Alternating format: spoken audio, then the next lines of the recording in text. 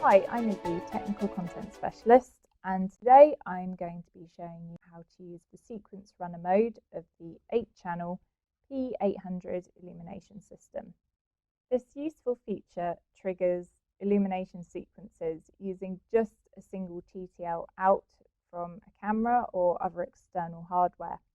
And by simplifying TTL control, Sequence Runner provides very cost-effective means of running complex illumination protocols, such as multi-wavelength fluorescence, at speeds of under 7 microseconds, and this is ideal for live cell imaging, and it also reduces photo damage.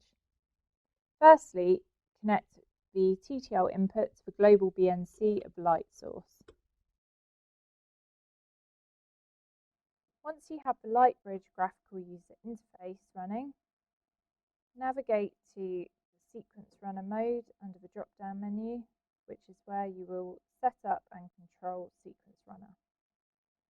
You then need to select the order of the LEDs you would like. So in this case, we're using the 470, the 550, and the 635 nanometer channels.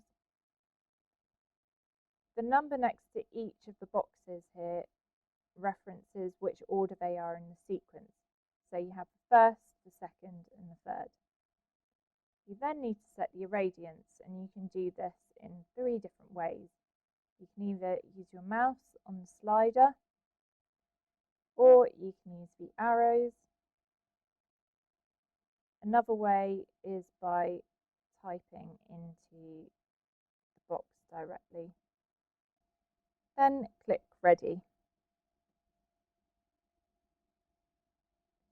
The sequence begins as the first TTL signal is received and the first TTL high is reached.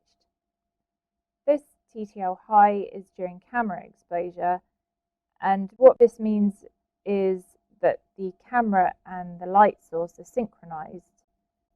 This cuts down on any excess illumination and therefore reduces the photo damage to your sample. The sequence continues to cycle as each additional TTL is received, and you can also see that sequence is running appears at the bottom here. It is also possible to alter the irradiance in real time. So here we increase the blue and we reduce the red. And you can see the blue and the green, but not the red. You can then press stop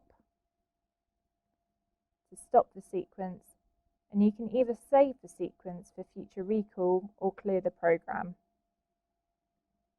File Save As,